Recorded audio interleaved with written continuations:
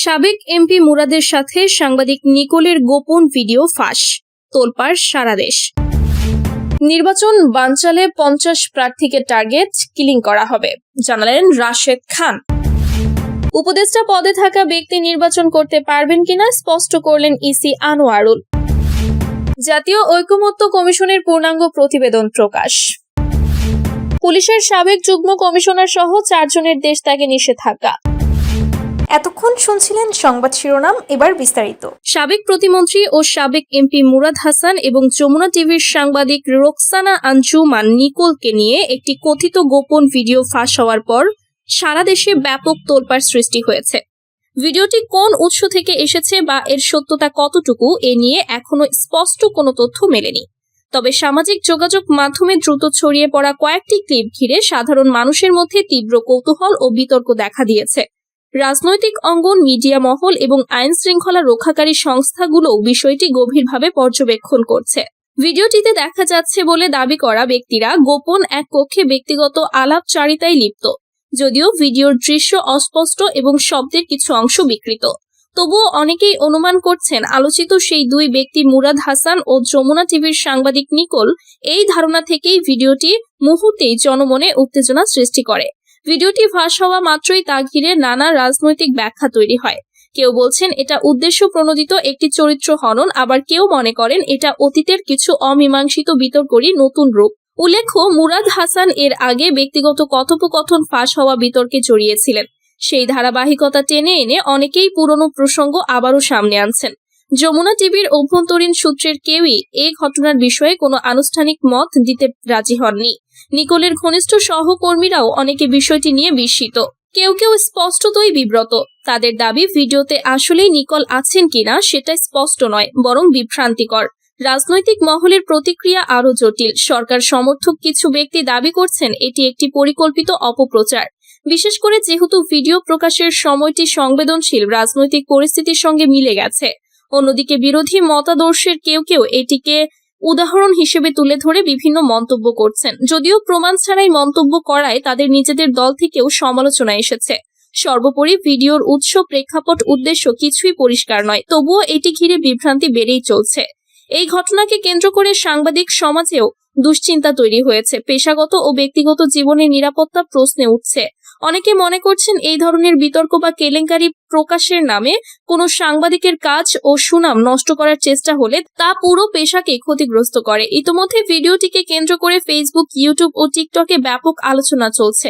অনেকেই এই ধরনের ভিডিও যাচাই না করে শেয়ার করার বিপরীতে সতর্ক করেছেন। বিশেষজ্ঞরা বলছেন ডিপ ফেক প্রযুক্তি এখন এতটাই উন্নত হয়েছে যে সত্য মিথ্যা আলাদা করা সাধারণ মানুষের পক্ষে প্রায় অসম্ভব। তাই তদন্তের আগে জনমত তৈরি করা বিপজ্জনক। মুরাদ হাসানের পক্ষ থেকেও এখনো আনুষ্ঠানিক কোনো মন্তব্য পাওয়া যায়নি। তিনি সাধারণত বিতর্কে জড়ালে তা নিয়ে পরে স্পষ্ট অবস্থান জানাতেন, তাই এবারও তার প্রতিক্রিয়া কি হয় সেই অপেক্ষায় সবাই।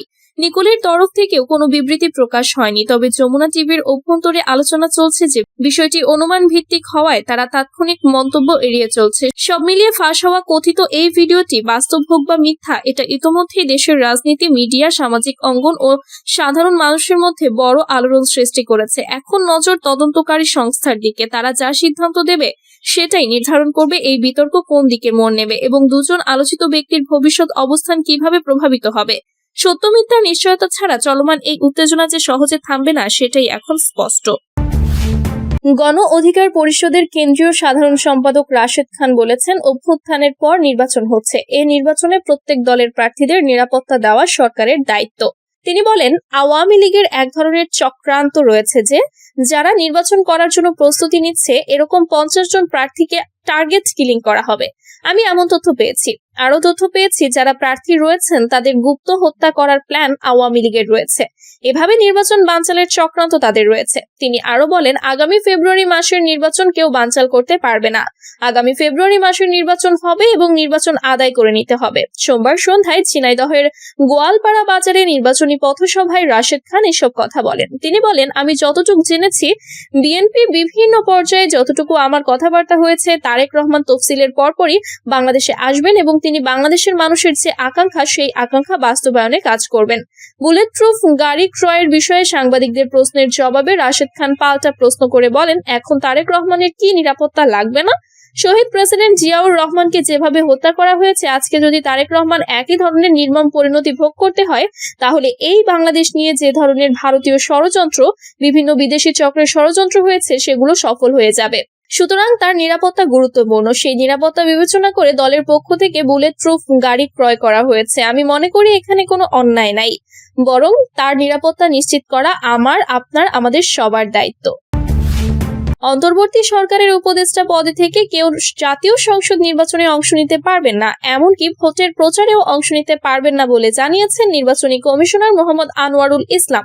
সাংবাদিকদের সঙ্গে আলাপকালে তিনি কথা জানান। আনোয়ারুল ইসলাম বলেন, অন্তর্বর্তী সরকারের উপদেষ্টাদের মধ্যে কেউ কেউ ভোটে অংশ নিতে পারেন বলে কিছুদিন ধরে আলোচনা চলছে। এমনকি তফসিল ঘোষণার প্রাক্কালে তাদের সরকার থেকে পদত্যাগেরও আভাস পাওয়া গেছে। তিনি বলেন, নির্বাচনী আচরণ বিধি অনুযায়ী সরকারের পদে থেকে নির্বাচনী প্রচার করা যাবে না। প্রচার করা না গেলে তো প্রার্থীও হতে পারবেন না। কাজেই সরকারের কোনো পদে থেকে কেউ প্রার্থী হতে পারবেন না। নির্বাচনের প্রস্তুতি নিয়ে আনোয়ারুল ইসলাম বলেন, আমাদের সব প্রস্তুতি সম্পন্ন। তফসিল ঘোষণা এখন সময়ের ব্যাপার। এজন্য যে প্রস্তুতি প্রয়োজন সব গ্রহণ করে রেখেছে ইসি। আসন বিন্যাস আইন অনুযায়ী রিটার্নিং অফিসার, সহকারী রিটার্নিং অফিসার যারা থাকবেন তাদের প্রজ্ঞাপন, বিভিন্ন বিষয়ে 20টিরও বেশি পরিপত্র জারি হবে। সেখানে মোবাইল কোর্ট ম্যাজিস্ট্রেট নিয়োগ, ইলেকটোরাল ইনকোয়ারি কমিটি নিয়োগ, বিচারিক ম্যাজিস্ট্রেট নিয়োগ, মনিটরিং সেল গঠন, আইন শৃঙ্খলার সেল গঠন, এগুলোর ফরম্যাটগুলো রেডি রয়েছে। নির্বাচন কমিশনার আব্দুর রহমানেল মাসুদ বলেছেন, তফসিল ঘোষণার পূর্বে আইন শৃঙ্খলা পরিস্থিতি নিয়ন্ত্রণ ইসির দায়িত্ব নয়। আনুষ্ঠানিকভাবে সবার জন্য সমান সুযোগ সৃষ্টির দায়িত্ব আসবে তফসিল ঘোষণার পর। চূড়ান্ত পোস্টাল ব্যালটে নিষিদ্ধ বা স্থগিত কোনো দলের প্রতীক থাকবে না। জাতীয় ঐকমত্য কমিশনের পূর্ণাঙ্গ প্রতিবেদন প্রকাশ করেছে অন্তর্বর্তী সরকার। 8 খণ্ডের এই প্রতিবেদনে কমিশনের সুপারিশ, জুলাই জাতীয় সনদ ছাড়াও ঐকমত্য গঠন প্রক্রিয়ার সময় রাজনৈতিক দল ও জোটগুলোর দেওয়া মতামত, দল ও জোটগুলোর সঙ্গে আলোচনার সারসংক্ষেপ, কমিশনের অন্যান্য নথিপত্র এবং কমিশনের করা জনমত জরিপের ফলাফল রয়েছে। প্রধান উপদেষ্টার প্রেস উইং এ তথ্য জানিয়েছে। প্রতিবেদনের সব খণ্ড এই ঠিকানার ওয়েব পেজে দেওয়া হয়েছে। জাতীয় ঐকমত্য কমিশন ছাড়াও মোট 11টি সংস্কার কমিশনের সব প্রতিবেদনও এই ওয়েবসাইটে দেওয়া হয়েছে। ডক্টর মোহাম্মদ ইউনূসের নেতৃত্বাধীন বর্তমান অন্তর্বর্তী সরকার দায়িত্ব গ্রহণের পর গত বছরের অক্টোবর মাসে এবং পরবর্তী বিভিন্ন সময়ে সর্বমোট 11টি সংস্কার কমিশন গঠন করে। এর মধ্যে প্রথম ধাপে গঠিত 6টি সংস্কার কমিশনের কার্যক্রমের সমাপ্তি লগ্নে প্রধান উপদেষ্টা ডক্টর মোহাম্মদ ইউনূসকে সভাপতি এবং সংবিধান সংস্কার কমিশনের প্রধান প্রফেসর আলী রিয়াজকে সহ সভাপতি করে গঠন করা হয় জাতীয় ঐকমত্য কমিশন। অপর 5টি কমিশনের প্রধানদেরকে এই কমিশনের সদস্য হিসাবে রাখা হয়। যদিও পরবর্তী সময়ে বিচার বিভাগ সংস্কার কমিশন ও জনপ্রশাসন সংস্কার কমিশনের প্রধানগণের অপারগতার কারণে ওই দুই কমিশনের 2 জন জ্যেষ্ঠ সদস্যকে জাতীয় ঐকমত্য কমিশনের সদস্য হিসেবে অন্তর্ভুক্ত করা হয়। চলতি বছরের 15 ফেব্রুয়ারি জাতীয় ঐকমত্য কমিশনের আনুষ্ঠানিক যাত্রা শুরুর পর রাজনৈতিক দলগুলো ও নাগরিক সমাজের সঙ্গে বিভিন্ন ধাপের ধারাবাহিক আলাপ আলোচনার মধ্য দিয়ে গত 31 জুলাইয়ের মধ্যে চূড়ান্ত করা হয় জুলাই জাতীয় সনদ 2025। এরপর গত 17 অক্টোবর রাজনৈতিক দলগুলোর অংশগ্রহণে আনুষ্ঠানিকভাবে জুলাই সনদ স্বাক্ষরিত হয়। ইতিমধ্যে জাতীয় ঐকমত্য কমিশনের সুপারিশের আলোকে সরকার জুলাই জাতীয় সনদ বাস্তবায়ন আদেশ জারি করেছে। দুর্নীতির অভিযোগে পুলিশের সাবেক যুগ্ম কমিশনার বিপ্লব কুমার সরকার, তার স্ত্রী হোসনে আরা বেগম, ভাই প্রণব কুমার সরকার এবং ভাইয়ের স্ত্রী শাহানারা বেগমের বিদেশ যাওয়ার ওপর আদালত দেশ ত্যাগে নিষেধাজ্ঞা দিয়েছে।